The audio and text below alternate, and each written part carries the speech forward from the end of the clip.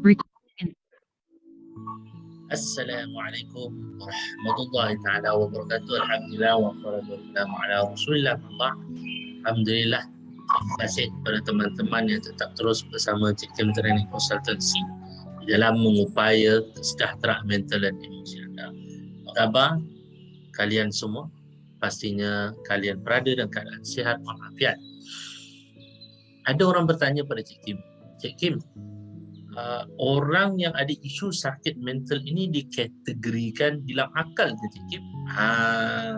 Soalan yang famous setiap kali Cik Kim mengendalikan latihan kesejahteraan mental dan emosi khusus pengurusan tekanan, anxiety dan depresi.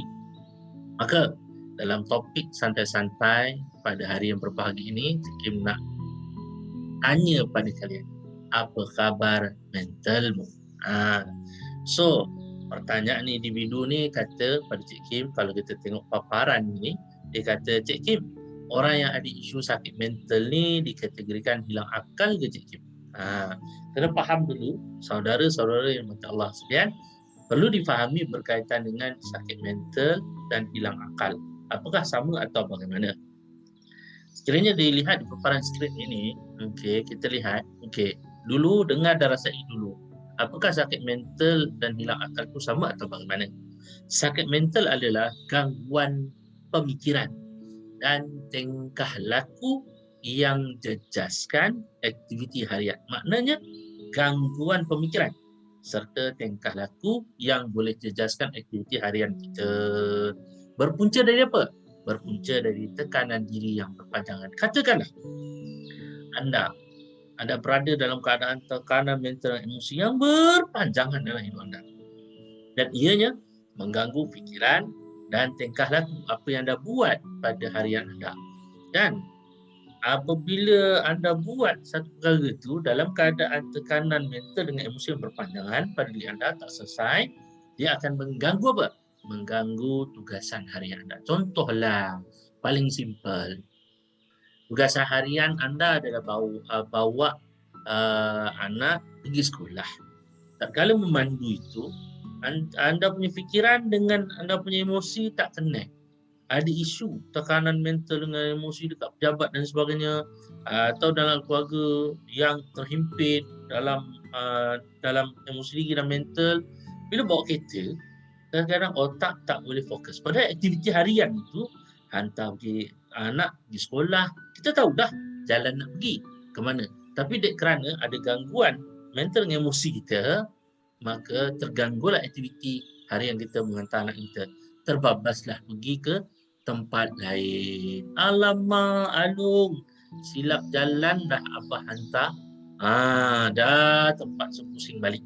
Nampak tak? Itu yang dikatakan bila mental emosi terganggu yang sangat dalam, ianya disebut sebagai mental illness atau kesakitan mental. Itu dia.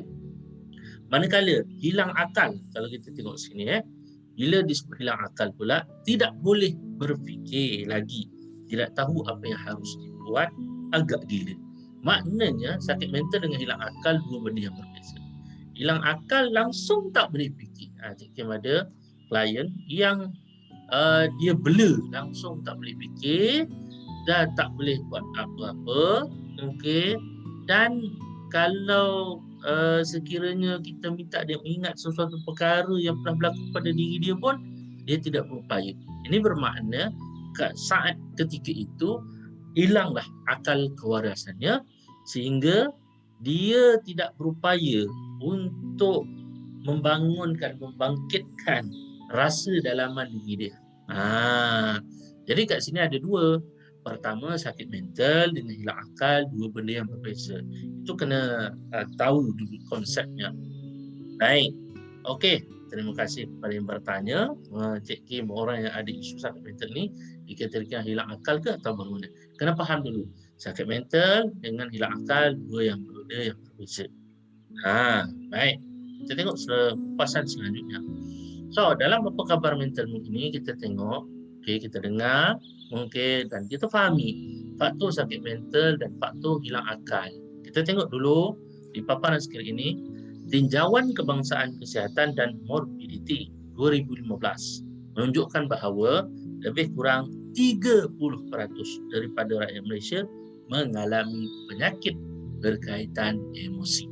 Ini fakta teman-teman yang Allah sekalian. Maknanya 30% daripada rakyat Malaysia mengalami penyakit berkaitan emosi. Faktor banyak. Faktor kekeluargaan, faktor persekitaran dan sebagainya. Dan kebanyakan orang yang bertemu di Cek Training Konsultansi dan juga pasukan terapis Malaysia, kebanyakan mereka berdepan dengan faktor kekeluargaan. Itu memang sangat dominan pada diri mereka. Sehingga kadang-kadang di dalam faktor kekeluargaan itu dia tidak dapat overcome, tak dapat keluar daripada isu permasalahan diri dia. Ada satu kes dirujuk kepada Cik Kim, berkaitan dengan seorang wanita ini mengalami gangguan mental yang sangat kuat kerana di mental abuse oleh siapa? Oleh suami dia dan oleh mak mertua dia. Bayangkan dalam perkahwinan itu 3-4 tahun itu dia terbeban dan dijadikan kata orang deraan mental yang sangat kuat sehingga dia hilang kewarasan untuk berfikir.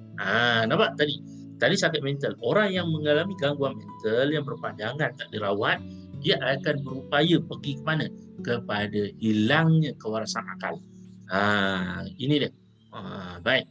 Kemudian kita lihat pula faktor hilang akal kerana alami gangguan mistik seperti sihir, mengambil bahan-bahan terlarang dan memabukkan, ketagihan pornografi sehingga menjadi hilang kewarasan fikiran, akal, ketagihan merokok dan apa juga yang melibatkan dengan ketagihan yang boleh menghilangkan akal, fikiran waras. Contoh, ada juga orang yang terkena gangguan mistik, sihir, santau, dan bila Cik Kim rujuk kepada rakan-rakan teman-teman yang berada dalam perubatan Islam mengatakan bahawa rakan Cik Kim yang mengubat dari sudut aspek rawatan spiritual, rawatan Islam mengatakan bahawa ia memang benar apabila seorang itu terkena sihir, terkena santau dan apa-apa jenis perkara mistik, dia akan mengganggu kewarasan berfikir, akal fikiran dan emosi akan terganggu. Dan pengambilan juga termasuklah contoh ada orang yang mengambil bahan-bahan terlarang dan memabukkan sehingga boleh menghilangkan akal dia berfikir dengan waras. Ada orang yang ketagihan porno dalam hidupnya, tak habis-habis porno pagi, petang, siang, malam, maka dia akan berupaya menghilangkan akal, fikiran dan kewarasannya. Sebab tu macam beberapa hari lepas kita didedahkan gejala rogol di satu negeri ini semakin meningkat dan sebagainya. Kerana bila kita lihat, mendengar dan rasai orang-orang yang ada ciri-ciri ini, yang suka rogol-rogol orang ke, dia ada isu ketagihan porno sebenarnya. Ini berdasarkan pada pengalaman Cik Kim lebih 10 tahun mengendalikan isu-isu begini. Cik Kim lihat dan forensikkan bahawa orang ini mengalami ketagihan seksual dan ketagihan pornografi sehingga menghilangkan kewarasan akal fikirannya. Dan ini antara faktor yang boleh menghilangkan akal daripada warasnya berfikir. Baik, teman-teman yang mata Allah sekalian, kita lanjutkan lagi. Persoalannya, ada orang bertanya, Cik Kim, macam mana nak dikaitkan sakit mental dengan hilang kewarasan akal seorang? Contoh, Cik Kim bagi contoh kat sini. Saya beri contoh paling mudah. Saya beri kes mudah untuk difahami. Ali umur 15 tahun, alami tekanan kekeluargaan. Umur dia 15 tahun dan dia mengalami tekanan kekeluargaan yang berpanjangan. Maka Ali nak lepaskan tekanan kekeluargaan yang dihadapi, dia buat macam mana? Dia ambil bahan-bahan terlarang seperti ganja. Niatnya nak apa? Berdasarkan pada apa yang Cik Kim tanya kepada orang-orang yang ambil ganja ni, kebanyakan dia nak release tension dia. Namun apa yang berlaku pada Ali, dia merosakkan diri dia dan menjadi ketagih terhadap ganja sehingga berhalusinasi dan akhirnya membunuh ibunya sendiri. Maknanya dia ambil benda tu untuk menghilangkan release tension, sebenarnya tidak. makin mengambil perkara itu, makin menghilangkan akal dia berfikir, warasan akal, sehingga akhirnya dia boleh membunuh siapa? Membunuh orang yang terdekat, khususnya ibu dan ayah. Tuan-tuan yang mata Allah sekalian. So itu bila dia berada nak sebut tadi tu, sakit mental dengan hilang kewarasan akal itu. So bila kita lihat kat ni, dia ada related kesakitan mental dengan kehilangan akal waras berfikir. Maknanya related adalah apabila seseorang itu berada dalam gangguan emosi yang berpanjangan. Gangguan emosi yang berpanjangan dalam kehidupan dia nak larikan gangguan mental dan emosinya, dia ambil bahan-bahan terlarang, dan akhirnya bahan terlarang itu tak buat apa-apa pada dia pun, malah menjadikan diri dia lemah, berhalusinasi, dan akhirnya hilang kewarasan akal berfikir hilang. Dia pergi kepada apa? Dia transfer kepada tingkah laku seperti membunuh diri orang yang terdekat pada diri dia. Ini banyak kes kat luar, teman-teman yang Allah sekalian. Itu dia. Kemudian kita lihat lagi kat sini. Okey, kita tengok kat sini di dalam paparan di hadapan ni, tertekan dengan situasi kehidupan ibu bapa di rumah. Ibu bapa ada di rumah. Sering bertengkar, anak-anak tersepit. Jadi anak-anak yang membesar dengan gangguan tekanan dan situasi tekanan di rumah akan pergi kepada apa? Mula mengalami gangguan mental. Kita tengok paparan kat sini. Mula mengalami gangguan mental. Okey. Kemudian dah lama tertekan, anaknya dah tertekan lama dah.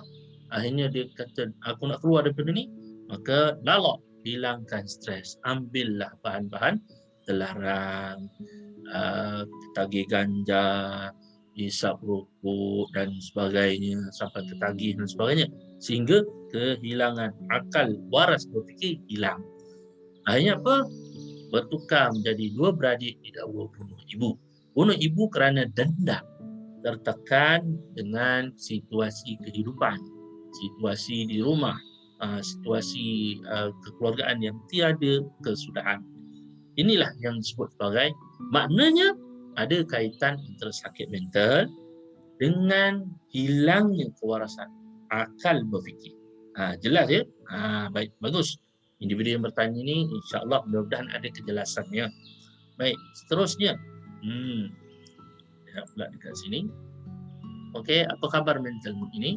Okey, Cik Kim, macam mana kategori orang yang hadapi sakit mental dan ketidakwarasan akalnya menurut hukum fiqh? Macam mana pula? Sebelum kita lanjutkan ini, apa kata kita berhenti dahulu dan kita akan sambung pada part yang kedua. Terima kasih. Stay tune bersama Cik Kim Training and Consultancy. Wabillahi taufiq wal hidayah.